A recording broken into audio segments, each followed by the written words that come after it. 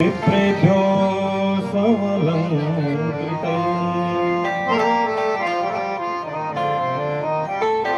नंद महल में बहुत सुंदर आवाज दब रही है।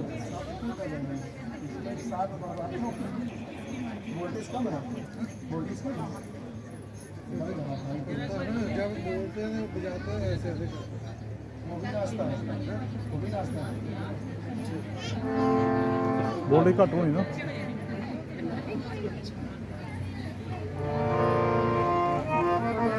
हरि ओम श्री राम श्री राम।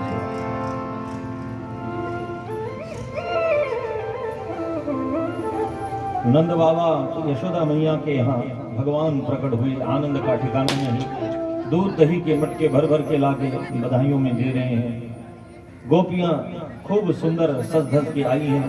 उन्होंने तो पहले से तैयारी कर रखी है कि जब नंद भवन में लाला को जन्म होगा तो इसी सुंदर लहंगा चुनरी फरिया ये सब ओढ़ करके हाथों पे मेहंदी सुंदर नुपुर पायल सज धज के आज सारी गोपियां दौड़ी भागी चली जा रही हैं। इनका श्रृंगार करना है परीक्षित दुनिया के लिए नहीं, दुनिया के मालिक के लिए है, परमात्मा के लिए है। आज नंद भवन हर्ष उल्लास के साथ आनंद से उत्सव ग्वाल बालों ने खूब होली खेली है। पूरा आकाश एकदम लाल हो गया। इतना गुलाल इतना अबीर सब उड़ा रहे हैं। और नंद बाबा कभी गोदान करते हैं तो कभी सोने का चांदी का बर्तन का वस्त्र का सब दान कर रहे हैं।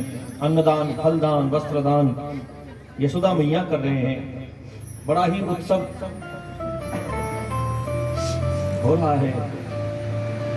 देवी देवता भी ग्वाल बाल गोप गोपी बन करके आए हैं। भोलेनाथ भी साधारण गोप का वेश बना के गणपति को साथ में लेकर के अंबिका मैया साथ में गौरा को लेकर के आए हैं। नंद बाबा जो हाथ लगे सोई लुटा देते हैं। सोने चांदी के बर्तन ले करके सब लूट लूट के लेके जा रहे हैं। नंद बाबा के भवन में 7 दरवाजे हैं। 7 दरवाजे से नंद बाबा बधाई बांट रहे हैं। जब आनंद हुआ है तो इसमें कंजूसी का कोई काम नहीं। खोल दिए भंडार, तिजोरियां खोल दी। चांदी के बर्तन लेकर के खुश होकर के जा रहा था कि एक रास्ते में और मिल गया कि क्या मिला तुझे भैया बधाई में? देख चांदी की कटोरी चांदी की थाली मिली मुझे। अरे तू चांदी के बर्तन ले आया, देख सोने की कटोरी सोने का चम्मच लेकर के आयो मैं। ओहो ये कहां से मिली भाई? बोले नंद बाबा के 7 नंबर दरवाजे से तो सोना बट रहा था भैया। परीक्षित उसने चांदी वहीं फेंक दी, दौड़ लगाई नंद भवन की तरफ। सोना लेकर के आ रहा था कि और रास्ते में हीरा लेके कोई खड़ा था। देख हीरे की अंगूठी मिली मोए। हे भगवान तो ये हीरा कहां से मिलो भैया? नंद बाबा के 1 नंबर दरवाजे से तो भैया हीरा बट रहा था। परीक्षित हीरे के लालच में सोना वहीं फेंक दिया उसने। दौड़े नंद भवन की ओर हीरा लेकर के आया। गलियों में वीथियों में मार्ग में जहां तहां सोना चांदी ऐसे पड़ा हुआ था जैसे रमा किरण मवंडपह साक्षात लक्ष्मी मैया ही ब्रज में छा गई हो। लक्ष्मी जी ही अपने प्रियतम प्रभु श्री नारायण के उत्सव में नाच रही हो। जहां तहां सोना चांदी बिखर गया।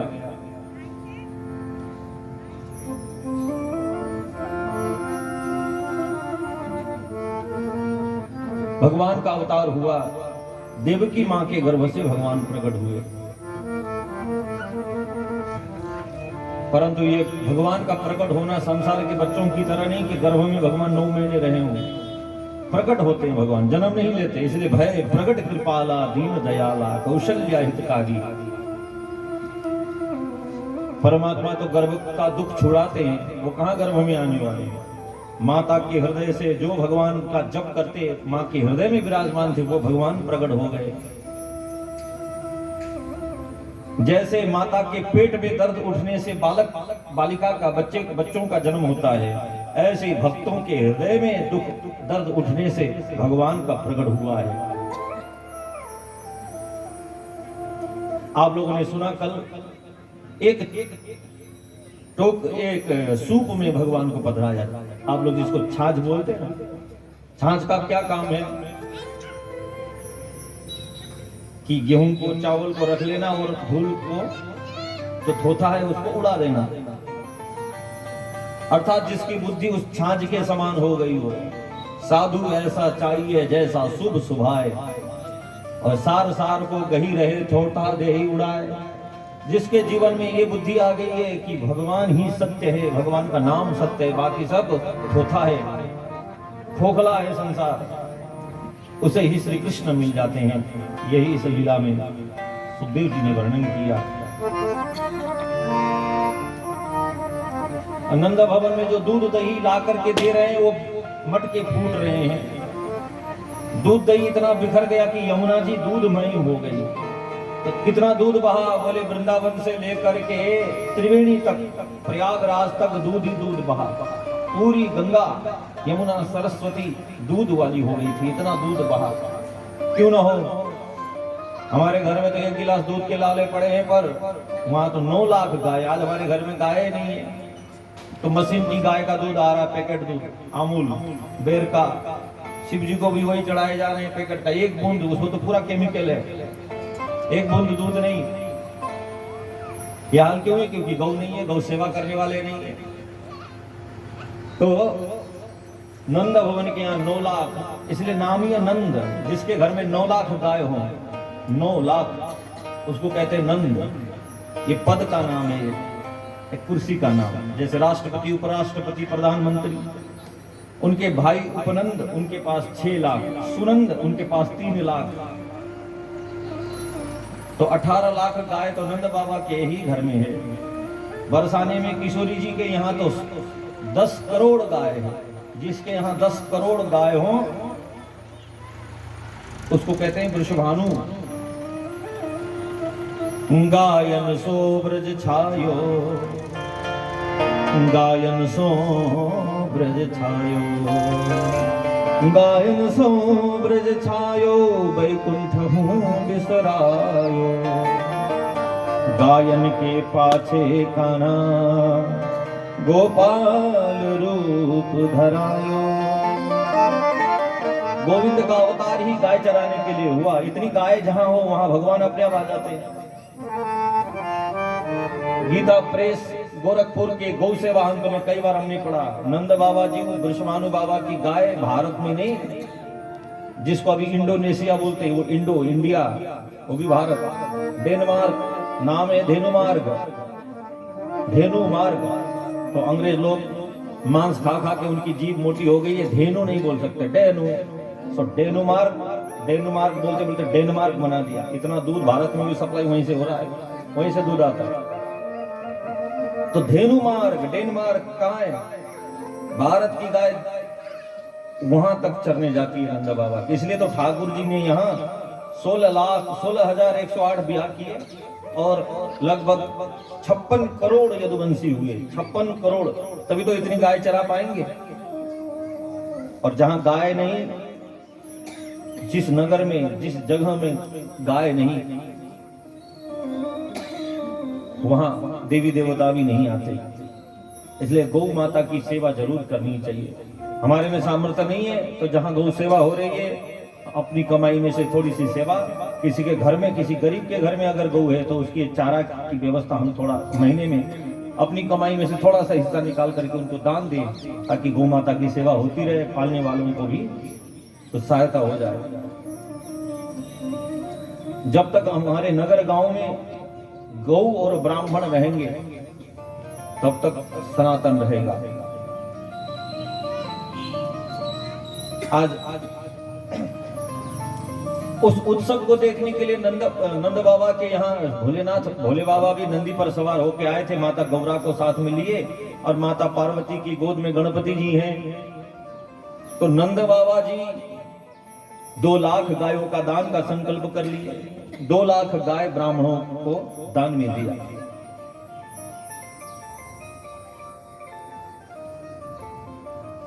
नंद कहूं इतनो दियो, देखी कुबेर कहूं मति भोरी, देखत ही ब्रज लुटाई दियो, न बची बचिया छछिया पिछोई। पूरा ब्रज ही लुटा रहे हैं। कुबेर भी घबरा गए, इतना दान कहां से कर रहे हैं ये नंद बाबा। अब दान दे रहे हैं, गाय को दान दे रहे हैं। गाय दान करते हुए शिव जी डर गए। भोले बाबा सोचने लगे राम राम, नंद बाबा जो सामने आए वही गाय का दान कर देते हैं। तो शिव जी क्यों डरे? बोले कहीं मेरा ना दिया, कहीं गौ के बीच में मिल गया नंदी जी। तो नंद बाबा तो देखते नहीं है, जो सामने आए उसी का दान कर देते। कहीं गाय समझ करके मेरे नंदी का भी दान कर दिया तो फिर मैं जाऊंगा कैसे वापस, मेरी सवारी का ही कहीं दान न कर दे।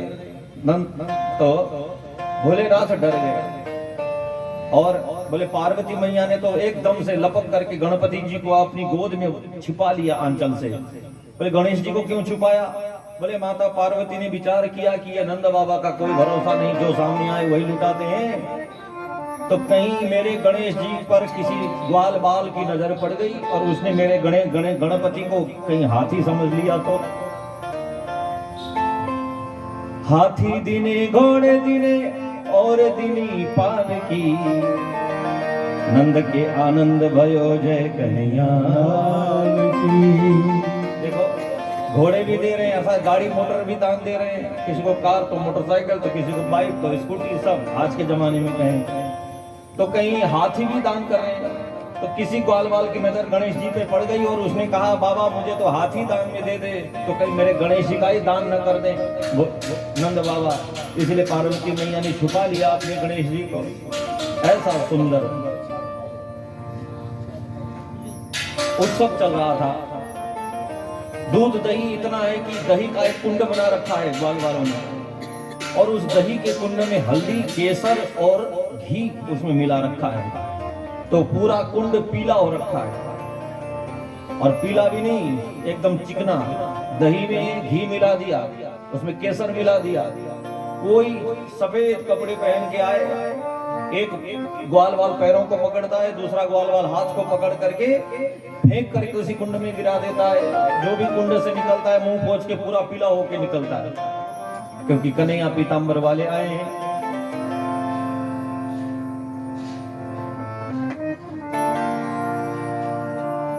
मक्खन की डलियां एक दूसरे को फेंक रहे हैं, लुटा रहे हैं। एक 90 वर्ष की बूढ़ी मैया वहां उस उत्सव को देखने खड़ी थी। ऐसा जोरदार नाच रहे हैं, उनका नृत्य देख रहे हैं, एक दूसरे को मक्खन की डलियां फेंक रहे हैं।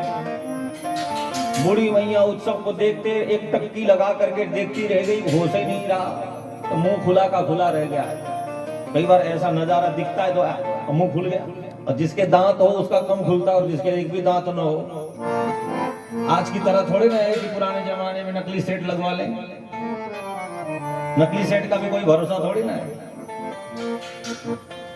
कई बार पोता ही ला के दे देता है, दादाजी दादी जी आपके दांत, बोलो जय सिया राम।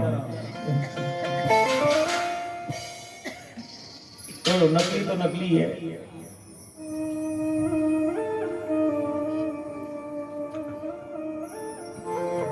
तो पुराने जमाने में उस दांत का सेट तो मिलता नहीं था, तो बूढ़ी मैया का मुंह थोड़ा ज्यादा खुला होता था।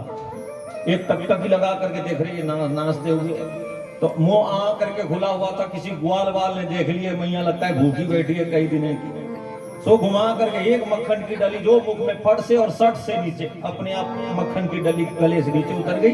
बूढ़ी मैया बोली वाह भैया गजब को उत्सव है, यहाँ में कोई भूखा ही नहीं रह सकता। देख अपने आप मक्खन मुंह में आ जाए और सट से चला जाए। बोले नंद महोत्सव की, कृष्ण कन्हैया लाल की। रोहिणी च महाभागानंद गोपाभिवंदिता, व्यचरत दिव्यवासस्र कंठाभरण भूषिता। रोहिणी मैया ज्यादा नाचती नहीं है। क्यों? क्योंकि हृदय में दुख है। उनके पति तो वसुदेव जी जेल खाने में है। एक बालक का जन्म हुआ है, कंस के डर के मारे छुपके रहना पड़ रहा है, इसलिए कहाँ उत्सव मनना था। और कन्हैया आ गए हैं, भाव बैठी बैठी नृत्य कर रही है, बैठे बैठे नाच रही है। उनका हृदय का मयूर नाच रहा है। गोपान गोकुल रक्षाया निरूप्य मथुरांगताः नंदः कंसस्तु वार्षिक्यां करं दातुं कुरुद्वः। नंद बाबा को 6 दिन बीत गए उत्सव मनाते मनाते। हे परीक्षित, किसी को होश ही नहीं कि घर भी वापस जाना है। जैसे आप लोगों की भी यही दशा होती है, 7 दिन तक सुबह से शाम, शाम से रात, रात से फिर सुबह दौड़ना है। 7 दिन तो कथा में बीत रहे हैं आप लोगों को, पर होश ही नहीं है। जब हमारे यहाँ कथा होने से ऐसा उत्सव, ऐसा आनंद होता है, तो जहाँ स्वयं परमानंद प्रकट हो गए हो वहां कैसा आनंद होगा।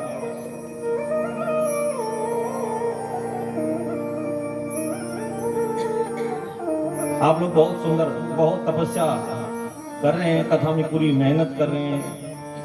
हम जिनके घर में रुके हैं वो हमारी बहन जी सुबह 4 बजे 3 बजे उठ जाती है, रात को 12-1 बजे सोती और 3 बजे से उनका भजन कीर्तन मंदिर में शुरू हो जाता है। फिर उसके बाद फिर भगवान की सेवा 3-4 बजे करती हैं। देखो ब्रह्म मुहूर्त में कितना बड़ा पुण्य है इसका, कार्तिक के महीने में ब्रह्म मुहूर्त में और भगवान की सेवा का।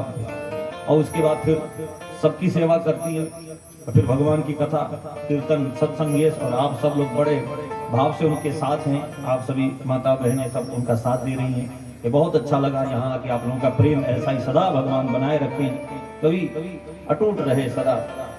तो ये भगवान की कथा में भक्तों को ये सुख मिलता है। तो जहाँ भगवान ही आ गए हो तो वहां कैसा सुख होता होगा।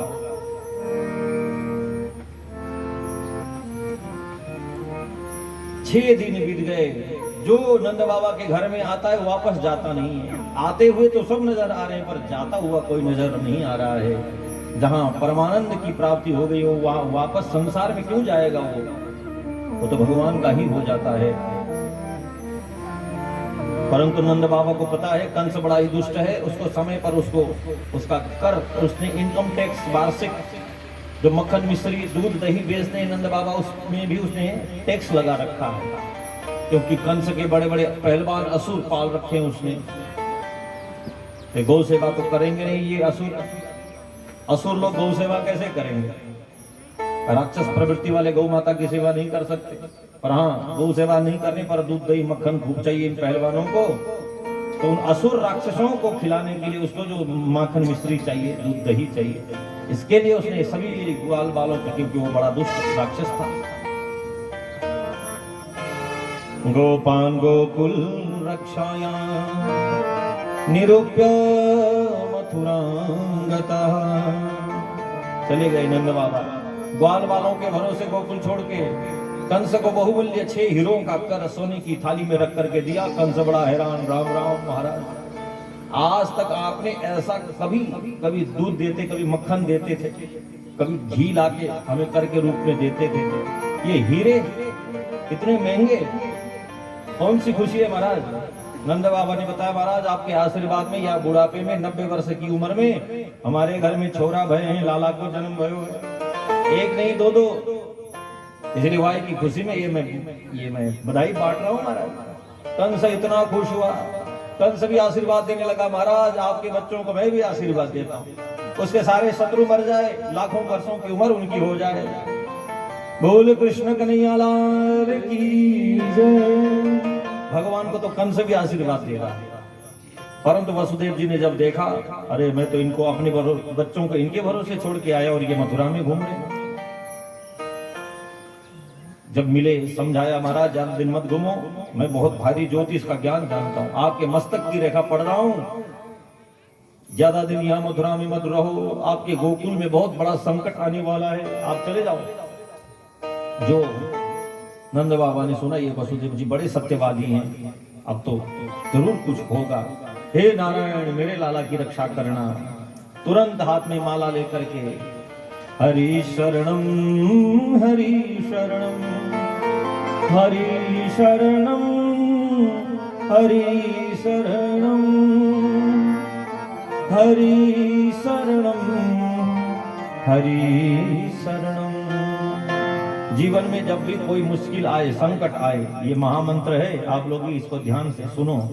जब भी कोई परेशानी आए, अब कोई रास्ता न समझ में आए, तो तुरंत इस मंत्र का जप करना शुरू कर दो। एक जोत जला के भगवान के आश्रय होकर के एकांत में कमरे में बैठ करके भी हो, हरि शरणम हरि शरणम हरि शरणम।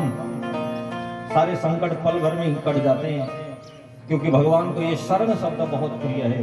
शरण बोलते ही सारे पाप कट जाते हैं। इसलिए हरि शरणम, हरिम जगाम शरणम उत्पातागम शंकिता। उत्पात संकट की शंका होते ही हरि शरणम करना शुरू कर दिया। नंद बाबा बताते हैं, हे भक्तों,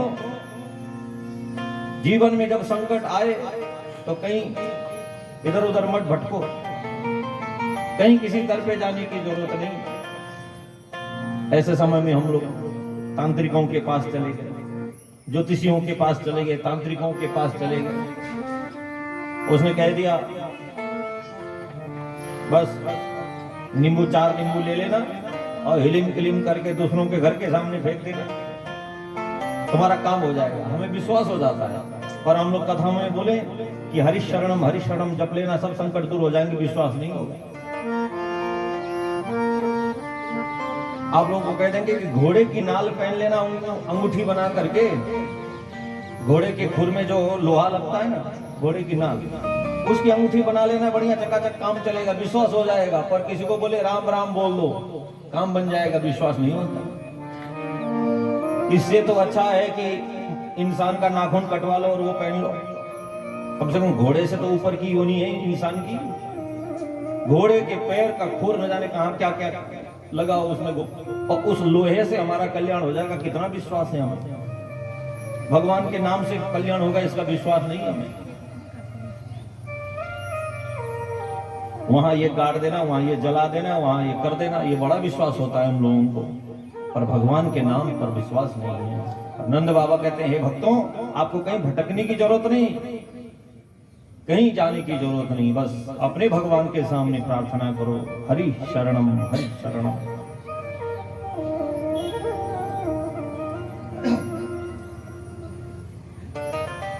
और अपने जीवन की कोई परेशानी हो, दुख हो, हर किसी को बोलते मत फिरो, मेरे साथ ये है, मेरे साथ ये हो गया।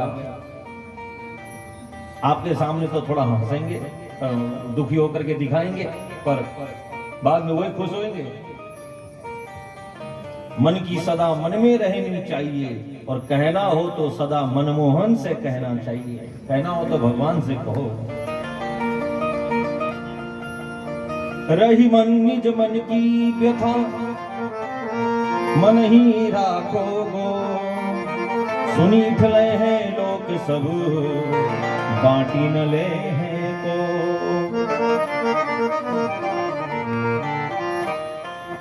नंद बाबा हरि शरणम जपते हुए चले, परंतु उससे पहले ही कंस के द्वारा भेजी गई पूतना नाम की राक्षसी वो आ गई। बंठन के सुंदर रूप बना करके ऐसा श्रृंगार उसने किया परीक्षित, ऐसा लगता था साक्षात श्री देवी जी आ गई हो। बोलो राधे राधे। आप लोग ये श्री देवी जी का मतलब कोई और मत समझ लेना, बेचारी अब यहीं भी नहीं। श्री अर्थात साक्षात श्री लक्ष्मी जी, वही मानव लक्ष्मी बन करके आई। इसके पीछे बड़ा सुंदर भाव संतों ने बताया। साक्षात श्री प्रेषिता,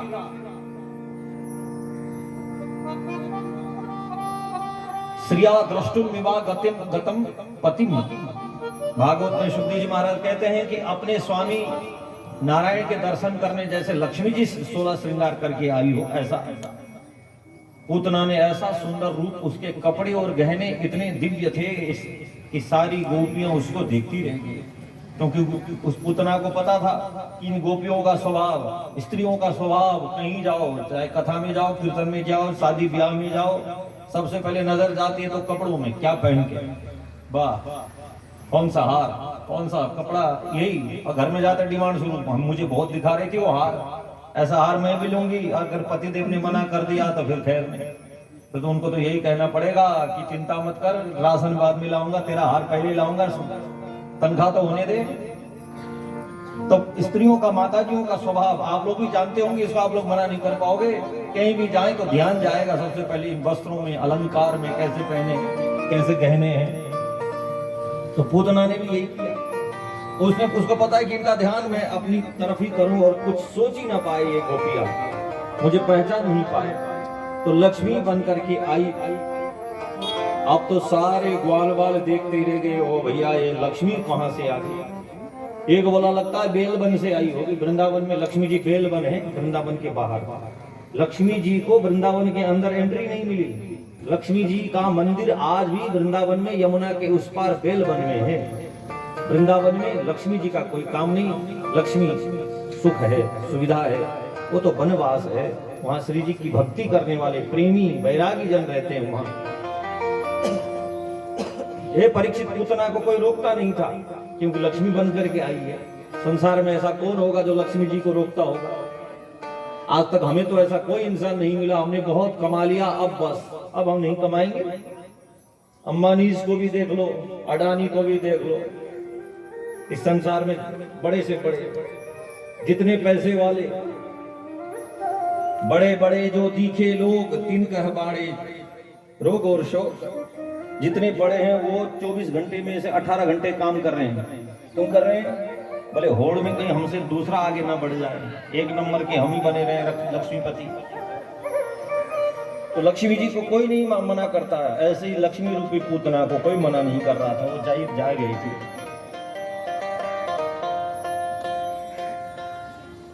नंद भवन में जैसे गोपियों के बीच मिल के पहुंच गई। सारी गोपियां बधाई देने लगी, बधाई गाने लगी। यशोदा मैया लाला के जन्म की लाख लाख बधाई हो, कोटि कोटि बधाई हो। यशोदा मैया ने भी कहा कि हे गोपियों बहनों, तुम सबको भी बहुत बहुत बधाई हो। सारी गोपियां बधाई दे करके गा करके तो चली गई, पर ये पूतना वहीं बैठी रही। यशोदा मैया, मेरा तो मन ही नहीं भरा तेरे लाला को दर्शन कर करके देख करके।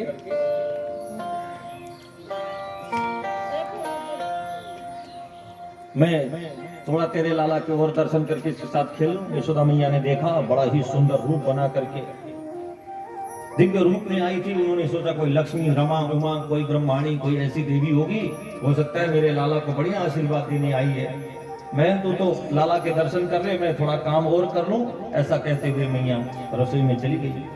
पूतना को मौका मिला, छोटा बच्चा समझ लिया और अनंत कोटि ब्रह्मांड के मालिक आत्मा परमात्मा को ही बच्चा समझ करके, जैसे कोई आग को राख समझ करके छू ले और राख के बीच छिपी हुई आग को न जान सके, ऐसे ही उसने भी परमात्मा को बालक समझ लिया और जो उठा करके हृदय से लगाया, हृदय से लगा करके अपने स्तनों में लगा हुआ कालकूट जहर, जो एक बूंद पूरे ब्रह्मांड को खत्म कर सकता है, ऐसा जहर भगवान को पिलाने लगी। और ये तो परमात्मा है। एक झटके में भगवान ने उसके जहर को पान किया, दूसरे झटके में उसके प्राणों को भी जब खींचने लगी, अब तो भयंकर छाती के बीचों बीच वेदना, दर्द उसको होने लगी। चित्कार करती हुई भयंकर विकराल रूप राक्षसी उसका बन गया। चिल्लाती हुई आकाश में लेकर के उड़ी कन्हैया को।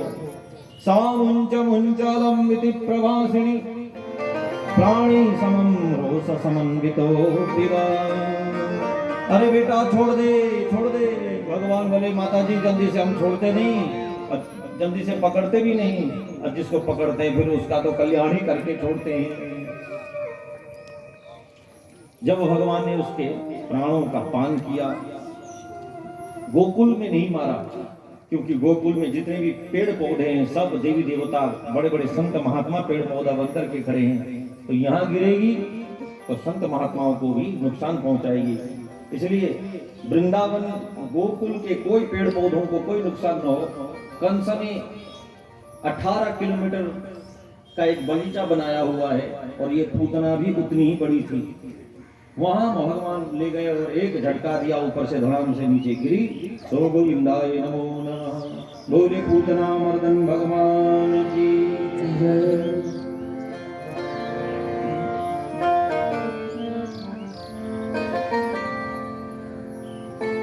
पूतना धड़ाम से धरती पर गिरी और पूतना के गिरने से सारे पेड़ पौधे चकनाचूर हो गए।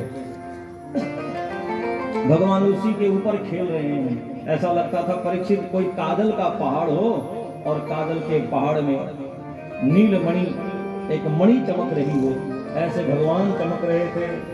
नंद बाबा पहुंचे, उनको विश्वास हो गया वसुदेव जी झूठ नहीं बोलते। जैसे तैसे कन्हैया को उतार करके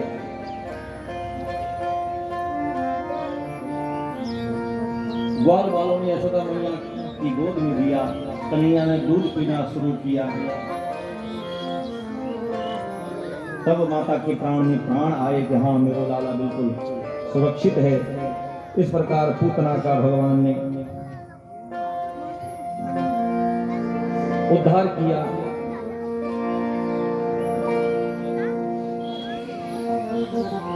ये पूतना, पूतना 3 अक्षर की है पूतना। सतोगुण, रजोगुण और तमोगुण, भक्त के अंदर रहने वाले 3 गुण। जब तक हम त्रिगुण में रहेंगे तब तक हमारा कभी भी भगवान से मिलन नहीं हो सकता। इसलिए गुणातीत किया भगवान ने। 3 अक्षर की है पूतना।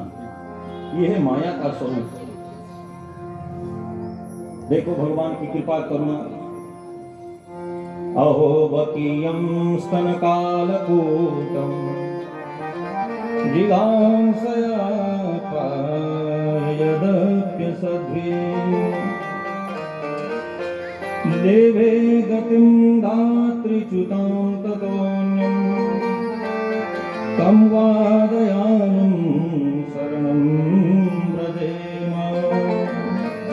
देखो परीक्षित कौन ऐसा होगा जो जहर लेकर के आने वाले को भी अपनी मां की गति देते हैं।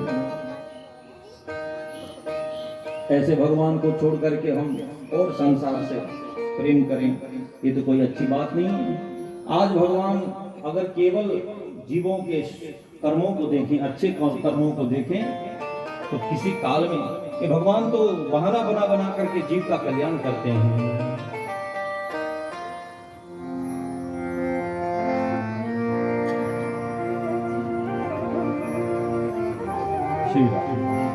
ऐसा क्या काम किया हमने तेरा, जो मेरा हाथ तूने थाम लिया।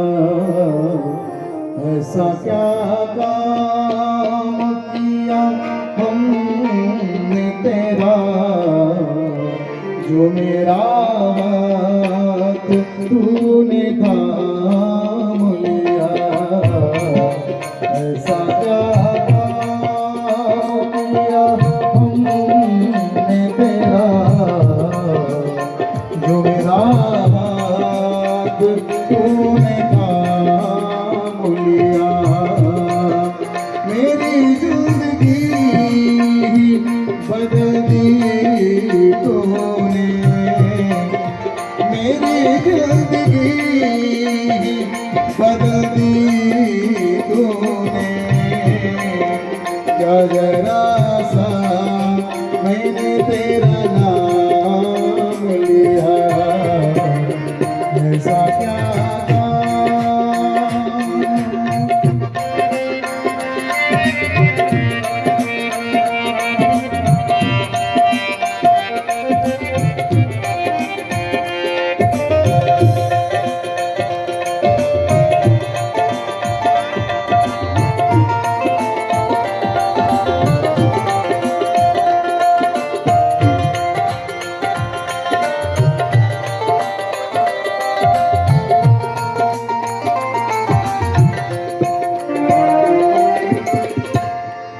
इस जमाने में मैं अकेला था, इस जमाने में मैं अकेला था। तेरी माया के रंग में खेला था। तेरी माया न सताए उसको, जिसे अपना तूने मान लिया। ऐसा क्या काम किया हमने तेरा, जो मेरा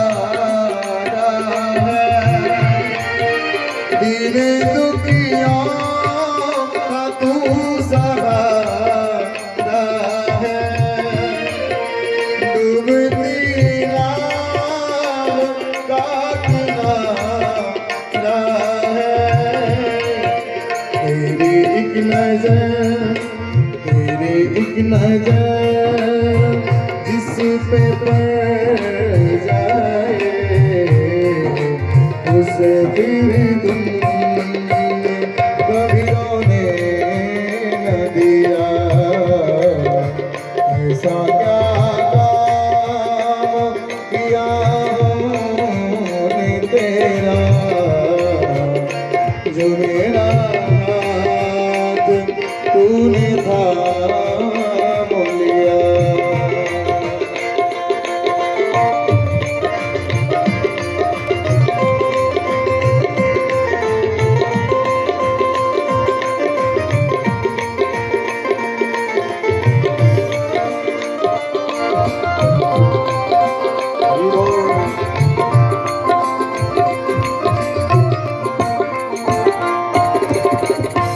ओ इतना कौन कहता है किसी के लिए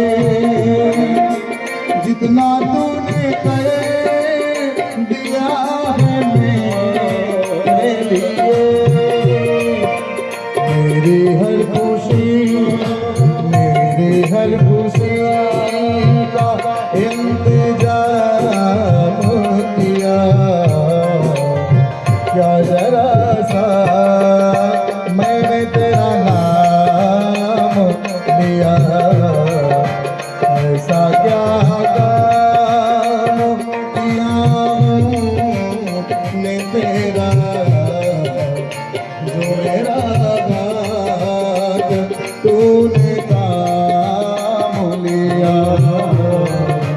जो मेरा हाथ तूने लिया। ऐसा क्या था। बोले भक्तवत्सल भगवान की जय जय श्री राधे। पूतना का उद्धार भगवान ने किया है। हे परीक्षित, ये पूतना पिछले जन्म की जो राजा बलि है उनकी बेटी थी। जब बलि राजा के यहाँ बामन बन के भगवान गए तो बामन को देख करके वो रक्तमाला नाम की जो बामन की बेटी, बामन को देख करके जो बलि की पुत्री मोहित हुई, रक्तमाला उसका नाम था। काश ये मेरा बेटा होता, बच्चा होता, हृदय से लगा के मैं इसको पान कराती, दूध पिलाती। परंतु अपने पिता को छलते हुए सब देखा, जब सब लूट लिया भगवान ने, 3 पग में नाप लिया, तो उसके मन में क्रोध की भावना आ गई। इसको तो मैं मारे डाल, मेरे पिता का सब हर लिया। भगवान ने तथास्तु कह दिया।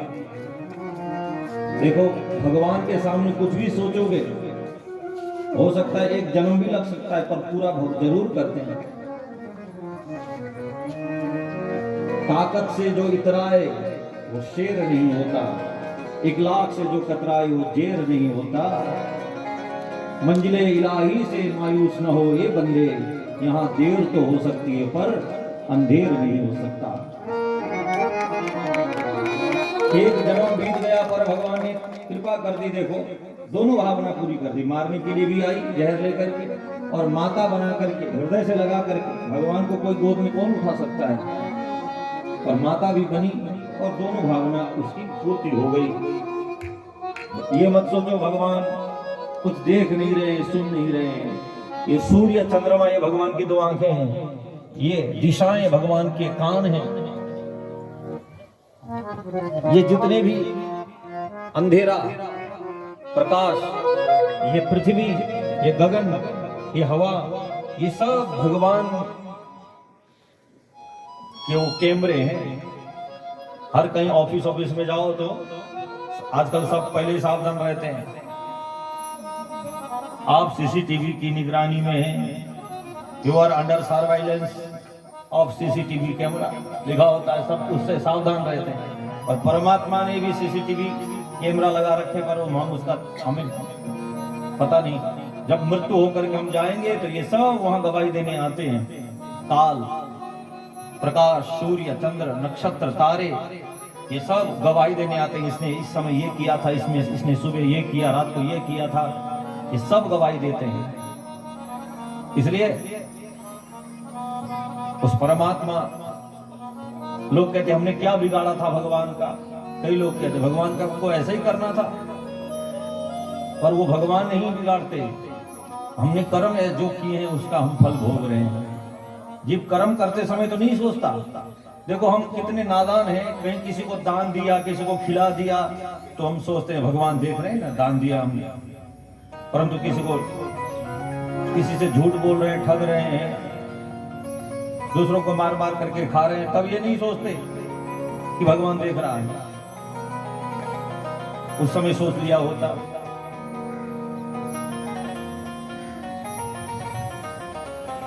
उस पूतना का भगवान ने उद्धार किया। क्या देखा होगा? नाम देखा क्या? राम नाम पर रीझ गए। बोले नाम ही इतना बुरा, पूतना। पूत अर्थात पवित्रता, जिसमें शुद्धि नाम की कोई चीज नहीं। तो काम अच्छा करती होगी, बोले पूतना है नाम ही। पूतान नियति, लोगों के पूत अर्थात बच्चों को उठा करके ले जाती है और मार डालती है। न नाम अच्छा न काम अच्छा, तो शायद कुल खानदान अच्छा होगा, बड़े खानदान की होगी, ऊंचे कुल की होगी, बोले राक्षसी। नाम अच्छा न काम अच्छा न कुल खानदान अच्छा, तो शायद गीत गणिका अजामिल नीच से नीच को भी भगवान केवल प्रेम देखते हैं। तो क्या पता व्रत पूजा पाठ फलाहार करती होगी, बोले नहीं। राक्षसी रुधिरासना, खून पीने वाली, रुधिर है असन, भोजन ही खून का करने वाली, बच्चों का खून पीती है। तो फिर कुछ भी अच्छा ही नहीं, शायद भगवान से प्रेम करती होगी। तो मजबूरी है, पूतना के समान हम भी मजबूर हैं। कई आदत हमारी ऐसी है जो हम छोड़ नहीं पा रहे हैं, पर भगवान से तो प्रेम करते हैं ना। देखो ठाकुर जी हम लोगों से एक ही बात पर रिझे हैं, कोई गुण नहीं है, सब दुर्गुण अवगुण भरे हुए हैं। परंतु एक अच्छाई ये है कि भगवान को बिना देखे भी कितना भरोसा कर रहे हैं।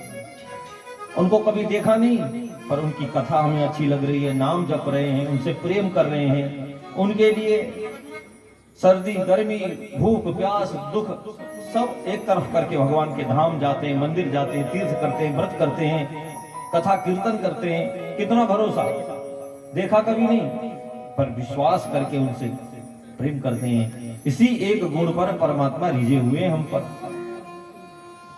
तो वो किसी ने, परीक्षित जी ने पूछा महाराज शायद भगवान से प्रेम करती होगी इसलिए भगवान ने इसको तार दिया। बोले ऐसी बात